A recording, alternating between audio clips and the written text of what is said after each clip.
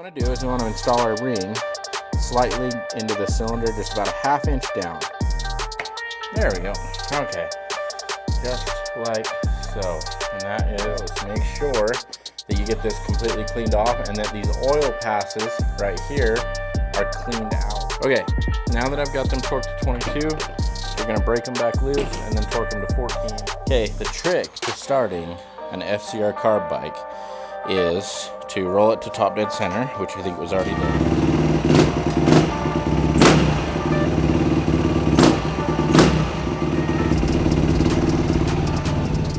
All right, guys, welcome back to part 2 of our YZ450F Top End Rebuild. If you guys missed part 1, I will put a card up here or up here, wherever it goes. I don't even remember. You guys can click on that, go check it out. Also, I'll put a link in the description below so that you can see how to tear it down and everything that you need to do. So that being said, we have a few things left that we have to knock out. I've got to clean up a water pipe piece, and I've got to clean up my base of my bottom end so that I can put my cylinder on. But other than that, everything else is cleaned up and ready to go. I'll kind of show you guys the rundown here. Here are all the parts for the top end. The carb is tore apart because I'm waiting on parts for it. And then here is the rest of everything. So we are ready to roll as far as putting this thing back together. By the time this video is done, though, you will get a startup after the rebuild, and super excited to have this thing back together. It's been apart for about 2 weeks now. Parts, videos, stuff like that. So let's get it. Also, I know you guys are itching for 125 content. The KTM build is coming along good. I just haven't had time to get to it, being that I've been working on this, doing some family stuff. Other than that, everything is peachy. We just need to get working on this thing. So it's as you can see, the airbox is mounted. It's ready to come together very, very quickly. So yeah, be looking forward to that. If you're not subscribed to the channel and following this build series, please do.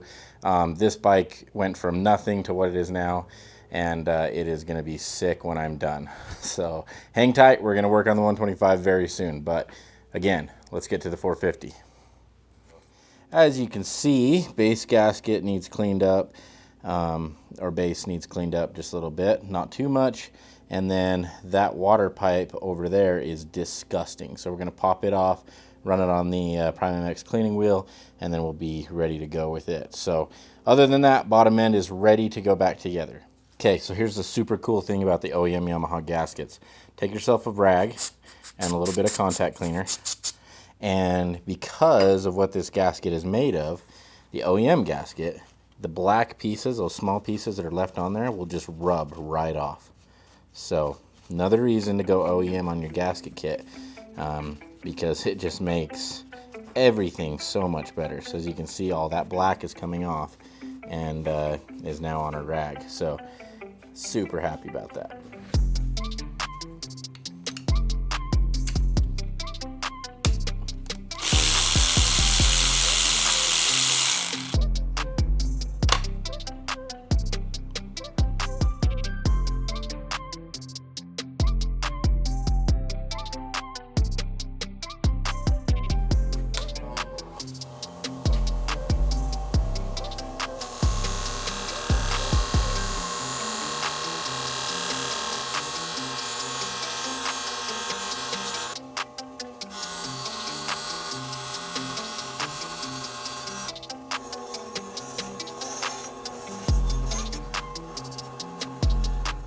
Okay, got our new water pump piping all cleaned up and back together. So I think it looks pretty dang good. That will be more than acceptable to go back on the bike. And yeah, let's move on to installing the top end.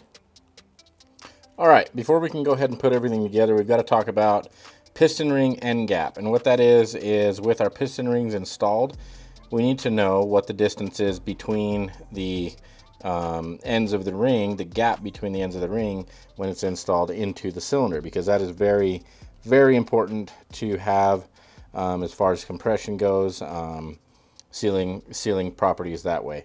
So we've got our new piston ring kit here. So we're going to install our piston ring slightly down in the cylinder and then measure our end gap using feeler gauges. Now, if you guys don't have any feeler gauges, I'll link down below the ones that I like to use, and you can go pick some up there along with all the other tools that I'm using. But we want to make sure that our ring end gap is correct. Very, very, very important to the life and performance of this cylinder and piston. So, all right, guys, now that we've got our piston rings taken out, we're going to go ahead and take a look at these. Now we've got 5 sets of rings in our ring kit. Now we've got our top ring, our second ring, and then we've got our oil ring with the 2 retaining rings that go around it. And those ones are their own set, so we can just leave these for now because we don't care about those. But what we do care about is our top ring and our second ring. Now, how do you know which is which? Well, the thickness is going to be slightly different on these. So if you notice here, if you can tell, I'm not sure if you can on camera, probably not, but the left ring is slightly thinner than the right ring, and they fit in their corresponding slots on the piston. Looking at it right up here on top, you can see that this top channel or top groove is much larger than the next one down. So easy way to tell. And then obviously your bottom groove here is for your oil ring set. So don't get that confused. Don't overthink it. Just make sure that you double check your piston and your rings together. Okay, now why is that important? Because there's a different spec for both the top ring end gap and the second ring end gap. Now, end gap, what is end gap? End gap is the distance between this point and this point with your piston ring installed and compressed within the cylinder. Okay, so let's go ahead and check our specs on those. We're going to start with our top ring. Now, on your top ring, there's always going to be, not always, but on most pistons, there's always going to be an indicator, piston rings. There's always going to be writing or a stamp or an etching or something in the ring that tells you which side faces up. If there's markings on the ring, that will be up always. So just remember that. What we want to do is we want to install our ring slightly into the cylinder, just about a ½ inch down. And I like to compress it that way and then just roll the ring until you get it into the cylinder. Now once it's in the cylinder bore, you'll take your piston and just push it down ever so slightly until the ring is perfectly flat, perfectly level. We're not tipping, tilting, all that stuff. Once we're to that point, we can pull our piston out, and then we'll take our feeler gauges and we will check to see what our ring end gap is. Okay, now our ring end gap tolerance on our top ring is 0.2 to 0.3 millimeters, or 0.008 inches to 0.012 inches. So I have all of my feeler gauges that are acceptable within that range out. I'm going to start with my biggest one first because more than likely it's not going to fit my biggest one in there. It will be somewhere in between there. But, ooh, it fits perfect. Okay, so that's good. I have a slight bit of drag there. So I'm on the outer edge of my tolerance there, but I'm within the tolerance because this has some drag in it. So I'm okay with that. I'm happy with that. That's going to work fine. So I'm going to go ahead and put these away. I'm going to rotate my rings, get these out, and we're going to check our second one, which will be a little bit different on our tolerances. So let's go ahead and put it in, roll it, and then grab our piston, insert it into the bore. I'm only going about a ½ inch down or so. Well, maybe like 3/4 there, but should be pretty dang close. Now our tolerance here is 0.014 to 0.02. So a little bit larger tolerance on our second ring. Let's find our feeler gauges for the right ones here. So we're going to start with our largest one first because that makes life so much easier. See if we're within the tolerance there. If we put that in there, it doesn't fit, so that's okay because that's our very, very largest one. And let's go to 0.018, and ooh, not quite. 0.016 will be our next one, and boom, a little bit of drag. Perfect. Okay, that's what we want, so we're within our range. Now, this one was on the lower side of our tolerance. If, in fact, it is tighter than your low side tolerance, what you can do is very gently is you can file the end of the rings there. I'm not going to demonstrate that because I don't need to. But in the case that you need to, get a very, very fine flat file and file the end of the rings down to create a larger gap. And I'm telling you, it's just a little bit at a time, but you can do that. So, okay, we're good there on our second ring. So let's rotate this, get it out. And then last but not least, we've got our oil rings. I'm not even worried about the tolerance on these. There's no limit, anything like that. They're so thin, they don't really do anything. But just for kicks and giggles, we'll just check one oil ring, just because. Okay, and tolerance on that is 0.01 to 0.02 inches. So, yep, that fits in there. So it's between that 0.01 and 0.02. So I'm not even going to check the other one because I know it's going to be close. So, all right, that is how you check piston ring end gap. You want to make sure that is certain before you go and put a bike together. Okay, the next thing we're going to do is install our rings and our circlips. Now, if you guys noticed earlier, there was a black arrow on this piston that tells you exhaust side of the piston. So anytime there's an arrow on it, that's going to point to the exhaust direction. I've sprayed it off. I'm going to show you this little thing that I do all the time. Is I'm just going to take my pick here and I'm just going to create a small little arrow in the top of the piston, and then I can visually reference that afterwards. Now, the reason it came off was just because I put parts cleaner on it to get all the contaminants and everything like that off of it. So that's not going to hurt the piston, obviously. But now I have an orientation of which way my exhaust port faces. On a 5-valve Yamaha, the 2 valves are the exhaust port. Okay, before I install my rings, I'm going to go ahead and put one circlip in. I'm going to put the circlip in on the back side because I'm going to feed my ring through, or my wrist pin through on this way. So I'm going to go ahead and install my circlip on this side. Now, circlip orientation. On the Yamaha actually says to put the circlip facing down. Okay, so the opening on the circlip facing down. So let's go ahead and get our brand new circlip out. And then on the circlips also, some will have a sharp edge and some will have a soft edge. These have a soft edge and a sharp edge. The sharp edge faces out towards the end of the piston. That way it can grab and hold inside there. Okay. All right. Find our sharp side. Point it down, and then we'll take our piston and let's see. Yes, that's the side I want to deal with. And I'm going to go ahead and put that in there, right inside that groove where it wants to go, facing down. Okay, and there we go. We've got our circlip installed. All right, first one we're going to install will be our oil ring. Now before I do that, I'm going to put just the slightest bit of lubricant or oil, engine oil, on the ring lands themselves. That way everything is pre-lubricated and I don't have to worry about dry start situation. Let's talk about the oil ring just a little bit. The oil ring, everybody always wonders, how in the heck do you install the oil ring? It's actually really, really simple. It's kind of funny because I'm going to face it this way because we got to clock our rings the correct direction.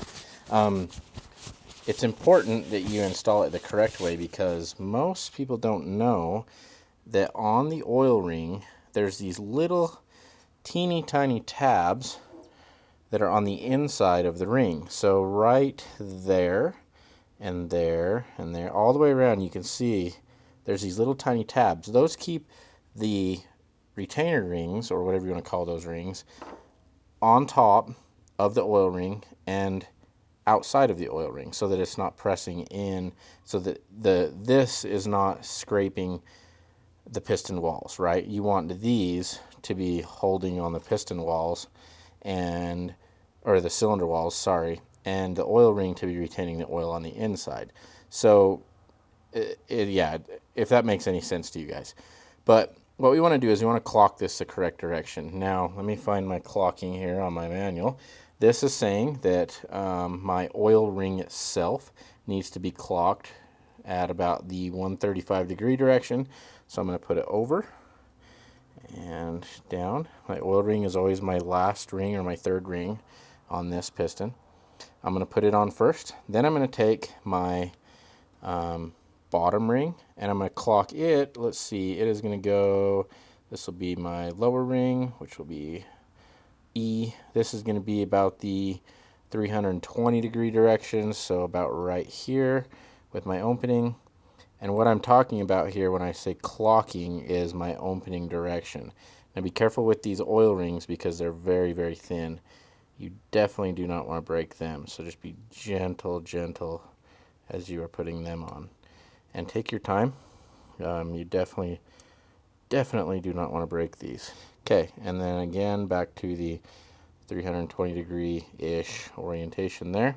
Okay, then we'll take our next one, and it goes, oh, let's see, it goes about the 30 degree orientation or so.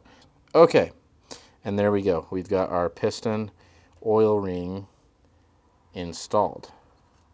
Kind of cool for sure. Okay, now our next ring is going to be our second ring, which will be our thinner of the two. So we've already oiled our ring lands, so we don't have to worry about that.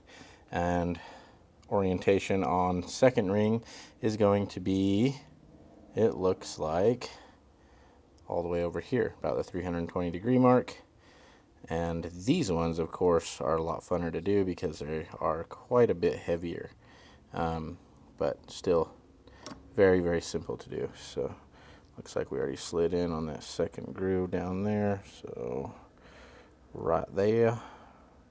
That one's on. Now we got our top ring, and our top ring is going to land up on the about 135 degree mark. And there we go.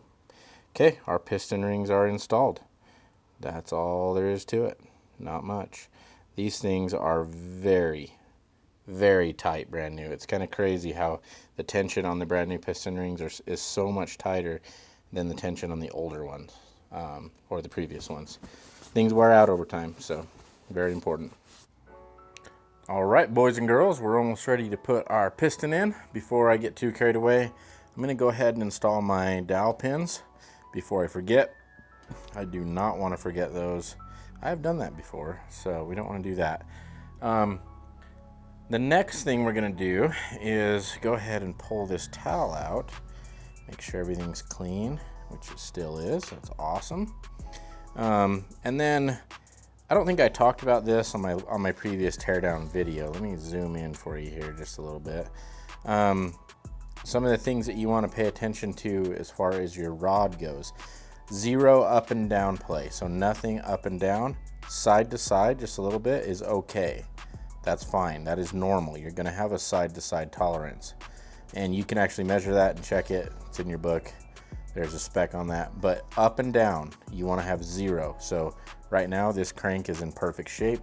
So I've heard these Yamaha cranks can get anywhere from, 150 to 300 hours on them and still be within tolerance. So I don't worry about the crank at all, to be honest with you guys. So now that's obviously dependent on a lot of things, but oil changes, stuff like that. Alrighty, let's go ahead and install our piston. Put a little bit of lube up here in the hole for the wrist pin, a little bit of lube in there, and then what we're going to do is, this is your wrist pin. Now the OEM Yamaha wrist pin comes like this. It's not all shiny, so don't freak out because that's normal. There's a coating on it. Some wrist pins will be just completely polished and what you would think they should look like. Okay, and then take our piston. Remember, we put our notch or our arrow that way. Go ahead and slide it over, and whoops, actually I need to lube just a little bit of that in there. And let's go ahead. Hopefully you guys can see this. I'm trying to do it where you can see it. Slide it over and then just press it through nicely. And then because we installed our pin on that other side, or our circlip on the other side, when we push that in, that's it right there. Our piston is installed. Now we just got to put our other circlip in and we'll be golden. Now before you put your other circlip in, make sure that you put a rag over your engine, because if you drop this in there, there will be no finding it without splitting the cases, so you don't want that to happen. Faux show. And once you hear that snap, that's it. It's installed. All right, next thing we will do is install our cylinder base gasket, and careful not to damage our piston here. You can do this before if you want to, or after, it doesn't really matter. And that only goes one direction. All right guys, now we're gonna go ahead and put our cylinder over. Make sure you put a little bit of oil inside the cylinder just to give it some lubrication for when it slides over. And as you noticed here, I did a little trick that I learned a long time ago. Just shove a rag in there, keep the piston from moving and the crank from going up and down on you and spinning. Otherwise you got to put something inside here to kind of jam it all up. But anyway, ring orientation, make sure it's the right way. And you know, some guys install the piston in the cylinder first and then put the piston in the or mount the piston in the cylinder all at the same time on the crankshaft. But maybe I'm just old-fashioned, but I like to do it this way. So I'm gonna try to show you guys.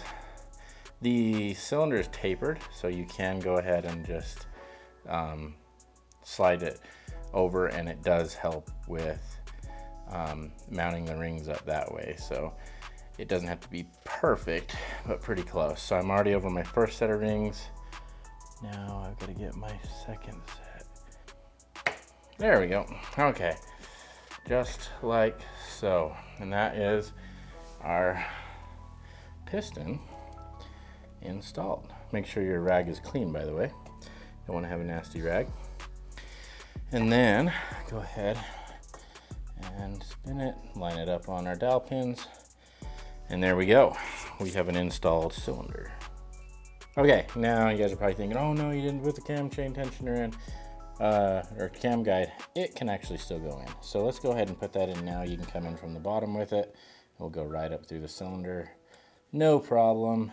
And then just rotate it once you get it up there, like so. And there we go. We're still good. Now we're gonna install our cam chain. Now I've let my cam chain soak just because I'm OCD, and I like that. So it's been sitting in oil for quite some time now, so it's nice and lubricated. Install our cam chain. I'm going to show you guys this little hook deal I made. So I took a piece of safety wire, made it where I can loop it through my cam chain like this, and then bring it up through my cylinder, and then up through the top of the cylinder where I can wire it up and hang it, and makes it easy to install that way if you do that. So we'll just pass this up through the cylinder. Make sure you wrap it around your crank, obviously, and then we can hang it from our frame. Now before I forget here, I'm going to go ahead and put this bolt in. This is just a kind of a hold down bolt for the cylinder. Just keeps it lined up and in place while you do all the rest of your work. And I'm not even going to really torque this down. I'm just going to tighten it up and snug it up. Okay, once you get the timing chain guide in there, go ahead and install your 2 bolts. They torque to 7.2 foot-pounds, which is 86 inch-pounds on your inch-pound torque wrench.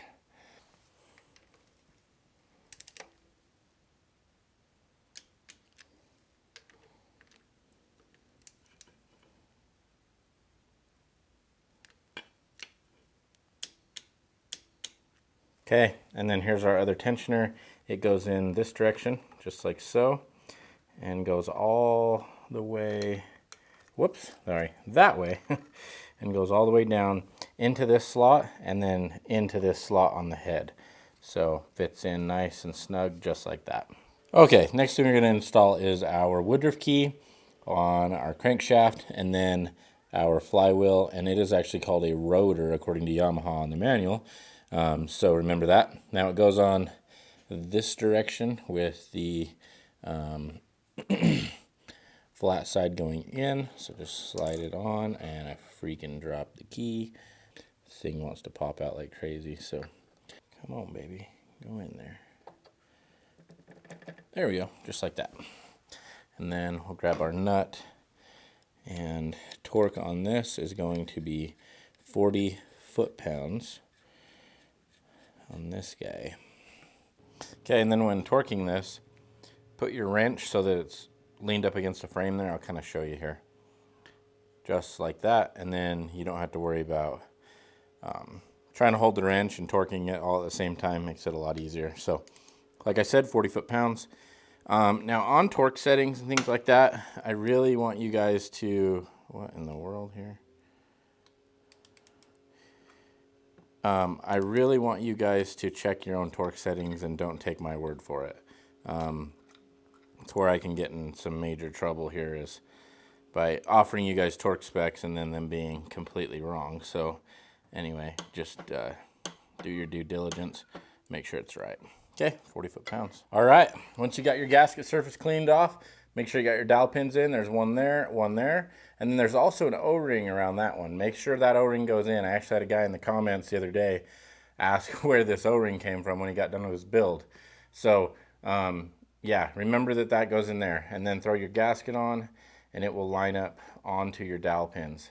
As far as the stator cover goes, make sure that you get this completely cleaned off and that these oil passes right here are cleaned out. You have one oil pass there and one there.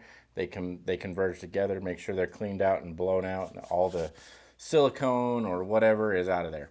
Okay, and before we can put it on, we have one last thing to do, and that is put just a little bit of Yamabond 4 on this little pocket right here where this grommet sits in. And that will just help make sure that you seal up completely. If I can get, oh, there it comes. That it will seal up completely when you put your grommet in. Now, is it 100% necessary? Probably not. It'll probably seal okay, but do it anyway. Get the Yamabond 4. I'll put a link down below where you can get it. Awesome, awesome stuff. Okay, and remember, make sure that's torqued. Everything else in here is completely good to go. And then we can go ahead and rotate our stator cover and pop it on. And it's magnetic because of the flywheel, so it's going to want to suck itself on there, which is perfectly fine. And just like so. Okay, when you're going back on with the cover here, bolt length is important because you don't want your bolts that are too long to be sticking out. So find the correct bolt. I'm pretty sure.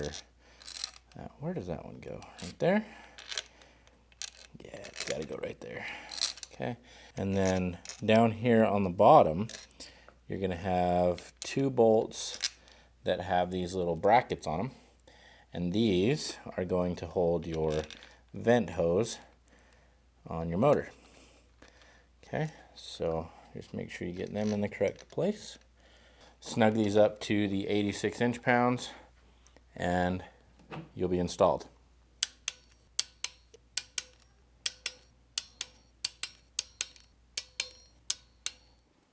Okay guys, it's time to go ahead and install our head.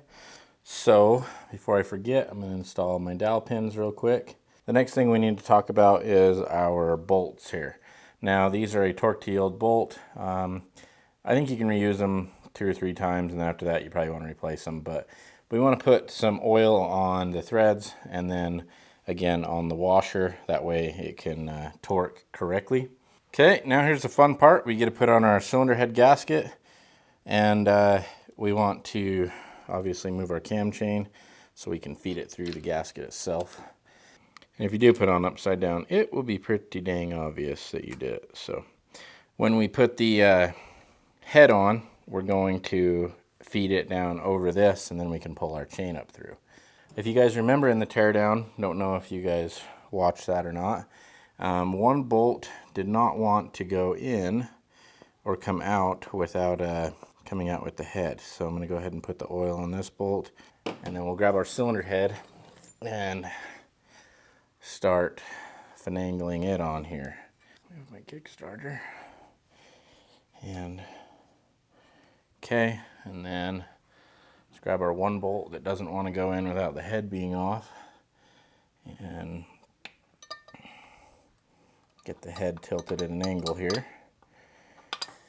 There we go. Just like that. And then now we can pull up our timing chain through there and get everything nice and seated on there. Okay, let's talk about torquing the head and getting the bolts installed to do so. Before I torque my head, I'm going to install these 2 bolts that go on the other side of the head that kind of hold it down and in place. And I'm not going to torque them, but I'm going to snug them up really well. All right, guys, couple things here. First thing I'm going to do is I'm going to put just a drop of lubricant or engine oil right here on the face where the washer is going to sit. And then we're going to also, just like we did the one bolt that we've already installed, we're going to go ahead and lubricate the threads on it, because it is not a dry torque. Now, if you guys have ever seen videos on the difference between dry torque, wet torque, that kind of thing, and different applications, it's a massive difference that it makes on your bolts and your torque. So, okay, put that one in. All these are the same length, so should have no problem installing them. Okay, what we're going to do is we're going to go ahead and tighten these down snug. We're just going to run them down snug. Then we're going to torque them to 22 foot-pounds, break them loose, torque them to 14 foot-pounds, and then we got to go a full 180.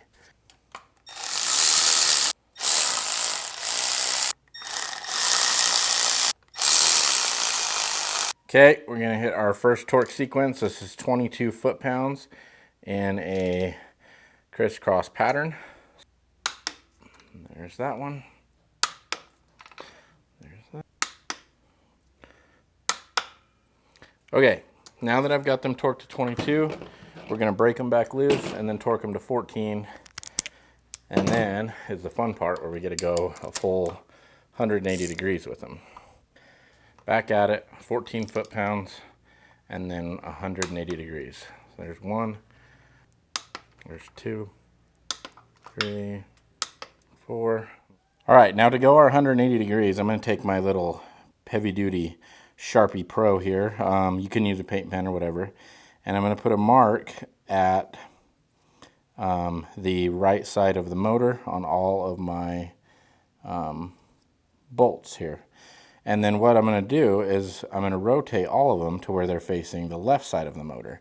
And then I don't have any question as to which direction which bolt is facing or how much farther I have to go. So go ahead and do that really quickly. This is hard to do with the camera. So hopefully you guys can see this here. Maybe, maybe not.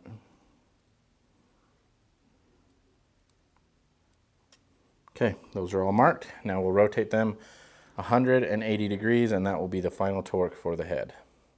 Okay, now when tightening these, the manual says you want to go 90 degrees at a time. So 90 degrees is going to be a quarter of a rotation. So go quarter rotation, which will be a little more than that right there. And this,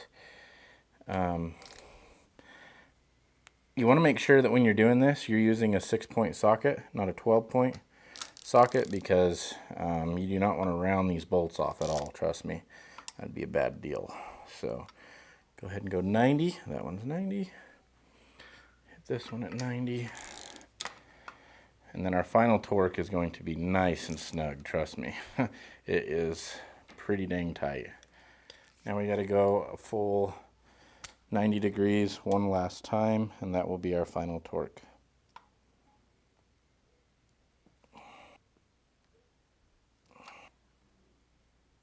There we go. Okay, and there we go. 180 degrees on all of them. Now our head is completely torqued. Okay, now that we got our head torqued, we can go ahead and torque these to the 7.2 foot-pounds or 86 inch-pounds. And then these are done.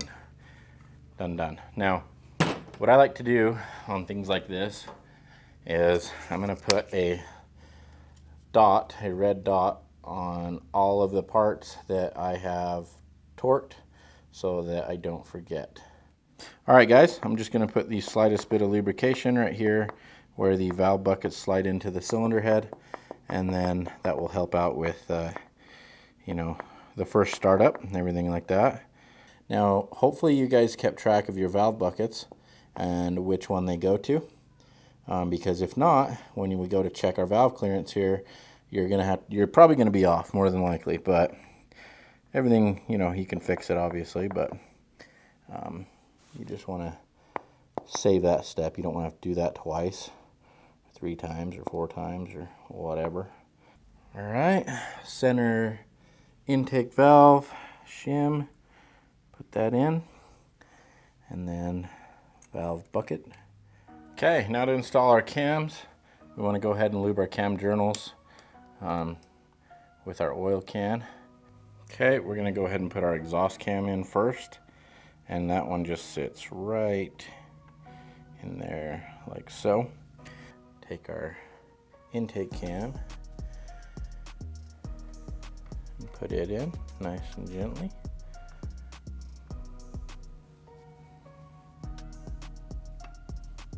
Just like so. Okay, now here's the fun part. This is where we get to time it, and it's not hard at all, but you got to be careful not to drop your chain into the engine, because once you drop it in there, you somehow have to fish it out, so it's kind of a fun process. All right, now the first thing that we want to do is make sure that we're at top dead center, which I don't know if you guys can see that there. We are. I just set it up, and once we're at top dead center, we can go ahead and align our cams to the correct orientation to be timed. Top dead center with the crankshaft, your piston is always going to be top. Now, your cams rotate 180 degrees per 360 of the piston, so you can be 180 out if you're not careful. And that's what we're going to do now, is we're going to time it correct with the compression stroke. Okay, now hopefully this shows up on camera pretty good, but what I want to show you guys here is there are some dots, okay? There is a dot right there on the top of the cam gear, and then there's a dot right there on the side, as you can see, okay? And then there's the same dots on this one and this one here. The way that they are aligned right now is the way that we want to time our motor. One dot level with the edge here on the intake cam, one dot level with the edge here on the exhaust cam, and then both dots facing up. There's only two markings or two dots per cam gear, so it's easy to recognize which one's which. So the other thing is, you can see your cam lobes are facing out towards the outside of the motor. That is correct. So now we have to, the fun part is getting the cam chain on there while remaining at top dead center and these lined up. So a little bit of finagling, but it's not bad. All right, let's do this. Let's take our wire off our cam chain and watch the fun part, the struggle bus of trying to time the motor. So it's really not bad. By the way, the easy way to do this too is to lift the cam out before you start trying to time it, because it just makes everything a lot easier. So.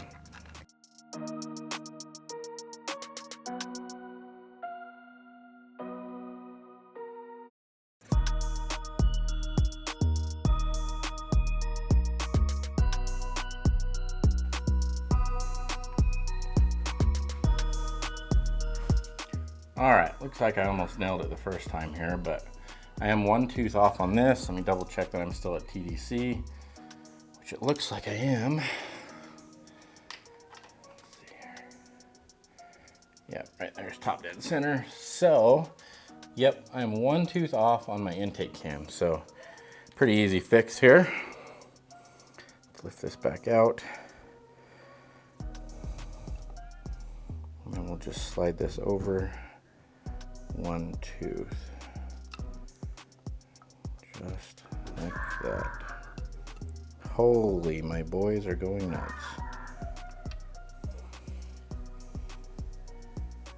Okay, I'm going to try to point this out to you guys. We've got our top dot right there, our top dot right there.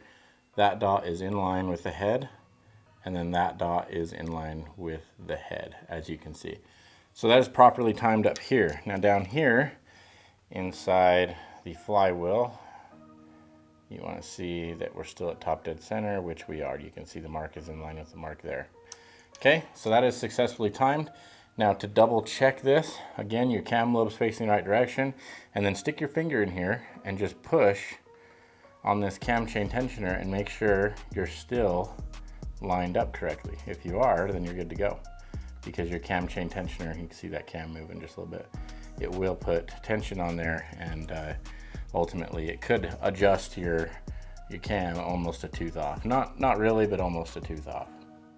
Okay, install our cam caps, lubricate our cam. You don't want to lose these little clips here because these things are responsible for a heck of a lot as far as alignment goes on your cam. Okay, so put your clips in, and then that will align your cam cap to the correct position with your, oh, and don't forget your dowels. You got 1, 2 dowels there, do not forget those. And then put your cam cap on, and it should just seat with no issues, just like that. There you go. Intake cam, same thing, 2 dowel pins, one there, and then your little alignment clip here. It's almost like a little C-clip, but not.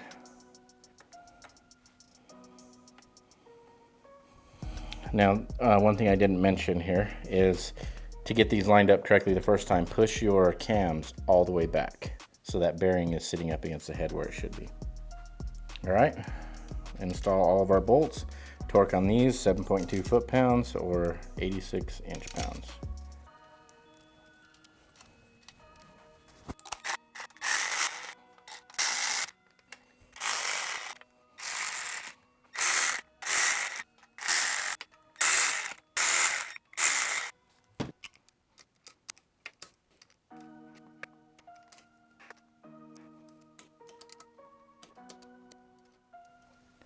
Okay, let's check our exhaust valves, make sure we're within spec. And we shimmed so that we are at 0.25. So hopefully that's where we're at, which, oh yeah, that feels amazing. Let's check the other one, see if we're good there. And that one's slightly snug. So we're probably at 0.23 on that one, which is gonna be just fine. Should be within spec. Oh, money, and money, heck yes.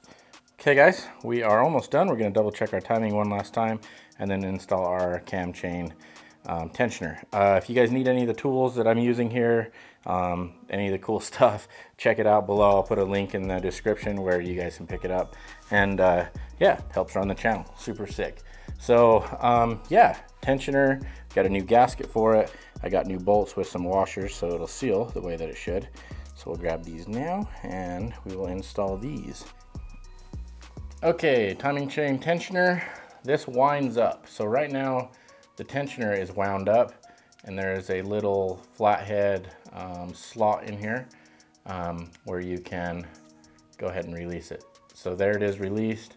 Wind it up till it clicks and install it with it wound in. You don't want to install it with it out. The other thing is too, there is an up and a down side to this, so make sure you get that correct. Okay, go ahead and put that in with your new gasket, and then start putting our bolts in.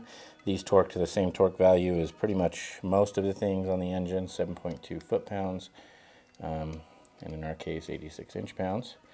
And once these are tight, we can go ahead and release our cam chain tension and then double check our timing one last and final time.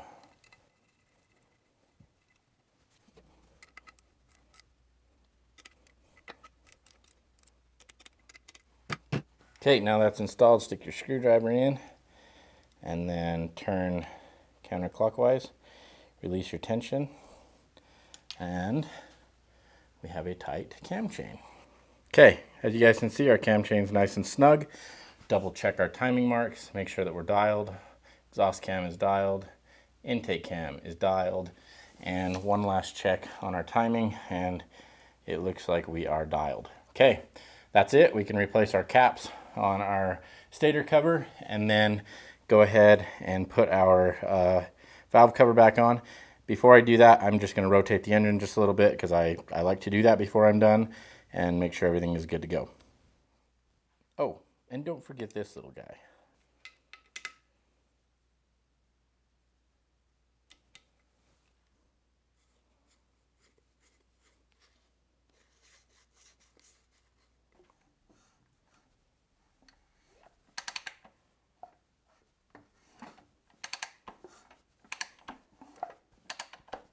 Okay guys, real quick, while I'm here, I'm gonna go ahead and install my spark plug.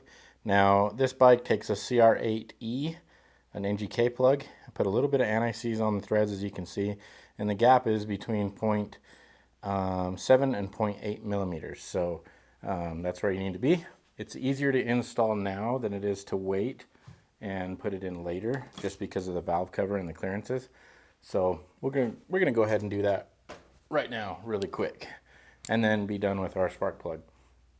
Spark plug torque is 9.4 foot-pounds, but once you feel it crush and start to snug up, just stop. You do not want to strip your hole out in your head for your spark plug. So just be really, really careful about that. Okay, we're gonna put on our new valve cover gasket, and I got some secret sauce right here. This stuff is amazing. It's called Petro gel, and I used it in my old job for O-rings and things like that on engine overhauls, so big Caterpillar engines, stuff like that. And this stuff is amazing. It is the best stuff on the planet. The only place I know to get it is at the cat dealership. So anyway, I love it. I would use like 3 or 4 tubes of these on an overhaul sometimes, because we had so many O-rings on the heads and stuff like that. But anyway, yeah, story time about my previous life as a mechanic. So anyway, put some of this petrol gel in here, and then it will help hold the valve cover gasket on. And the cool thing about it is it is soluble in oil, so it breaks down and just gets entrained in the oil and is perfectly safe. So love this stuff.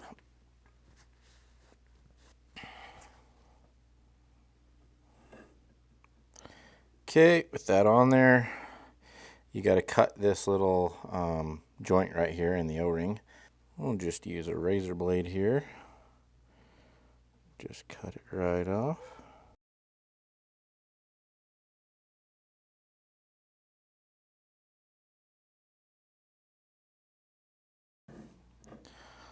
Like that, and then we'll put just a little bit of this sealant on the top of the valve cover washers that have little rubber on them, and that will help hold those in place. All right, let's throw this valve cover on here, if I can remember the easy way to get it on. I think I got to go all the way over here, yep, and over the top, like that. That should get the job done. This one's always a bugger to get on and off, but not too bad once you get it over. Okay, let's go on nice and straight. We definitely want to make sure that our plug hole is all straight and aligned, and then that nothing is pinched. And I think we got her whooped. Cleaned up our bolts. They look brand spanking new. Torque on these is 7.2 foot-pounds, just like everything else.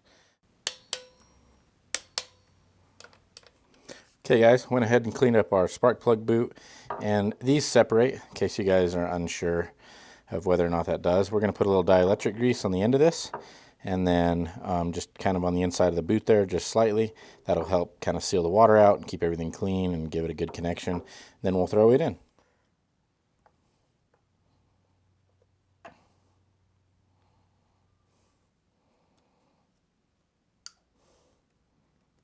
All right, guys, that pretty much takes care of all the big stuff. Next thing we're going to do is put our radiators back on, our hoses back on, hose clamps, run our vent line, our crankcase breather hose down here, put our clutch cable back on, and then we will start working on the motor mounts. After the motor mounts, we'll put the carb on, the rear shock, dress it up, and we will be ready for the first startup, after we add oil, of course. Now, as far as oil goes, I'm leaving the old filter in. I'm going to do a startup on it, run it for a few minutes, shut it off, start it up, run it again for a few minutes, and then I'm going to drain the oil, pull the filter out, put new filter, new oil in, and then we'll be ready to rip this thing.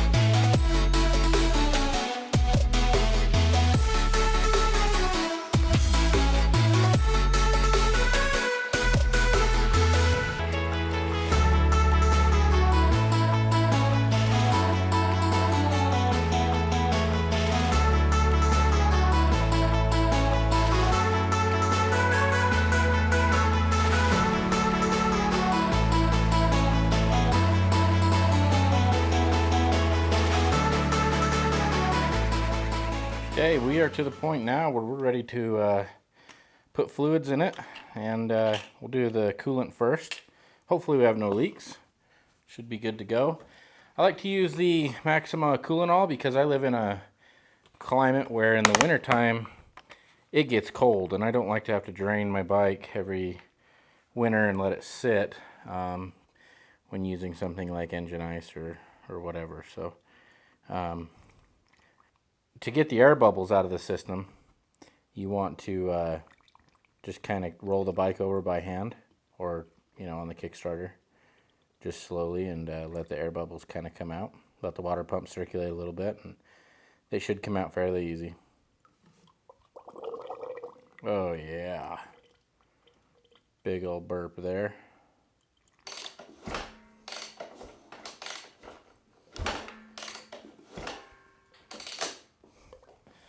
Tad bit more, we'll call it good.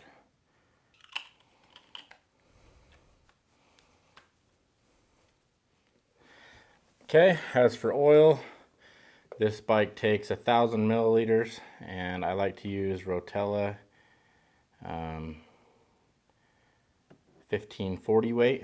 This stuff is awesome. The T4, not the synthetic. You want the good stuff. I'm going to put 900 milliliters in here, only because I haven't changed the filter, and because I'm just going to dump this after about an hour and do a fresh oil change, being that we had the motor apart. So maybe a little overkill, but I'd rather be safe than sorry.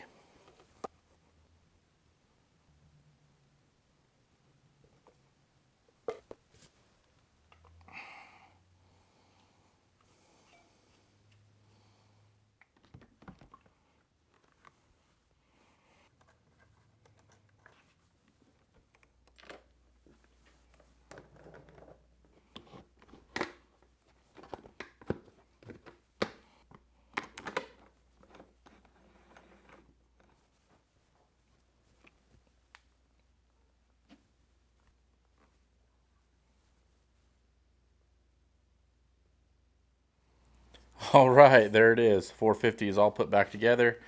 Got the fuel on, no leaks, oil, coolant in it. Everything's looking great. I'm gonna bet this thing fires probably first or second kick, no problem. Let's see how it does. Super excited to be back riding this thing again. Our meter is fresh, so let me put you up on the tripod here and let's see what happens. Probably put the choke on. I never start it with the choke in the summer, but we'll put it on this time. Okay, the trick to starting an FCR carb bike is to roll it to top dead center, which I think was already there, right there, and then flick the throttle 3 times. 1, 2, 3, and that allows your accelerator pump to shove fuel into the cylinder. I'll do it one more time just for good measure because it was dry. Get it to top dead center. There we go. And then 1 kick and it should fire, as long as our idle is adjusted correctly.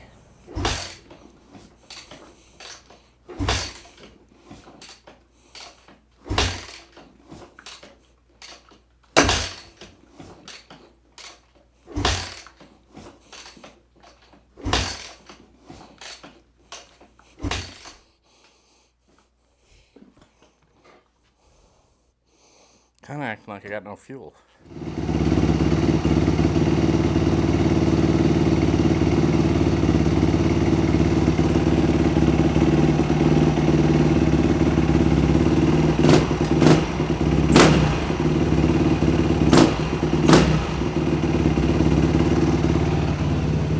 Okay, let's fire it up one more time.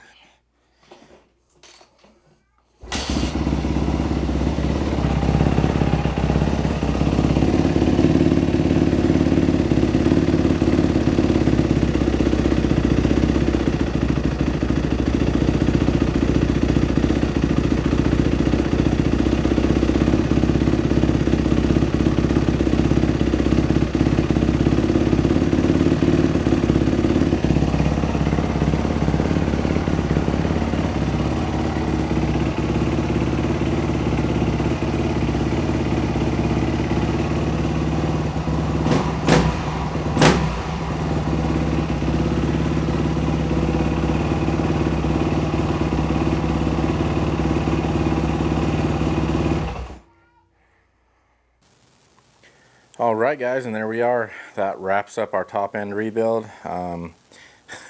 After kicking the living daylights out of that thing, I realized I forgot to adjust my idle again after we worked on it on the bench there, trying to figure out the issue with it not getting fuel. So the reason it didn't get fuel though was because I pinched the O-ring on the carb float bowl. So it was sucking air and not allowing fuel to get into the carb and then into the cylinder. So just, you know, if that's the only mistake I made, that's great. So but yeah, bike turned out great. That smoking that you saw when it first got started, that was the WD-40 burning off of the pipe after I had cleaned it up with Scotch-Brite pad and everything. And yeah, it's bluing up, starting to look really nice. So but it fires first kick now. Everything's in great shape, so I'm excited to rip this thing again.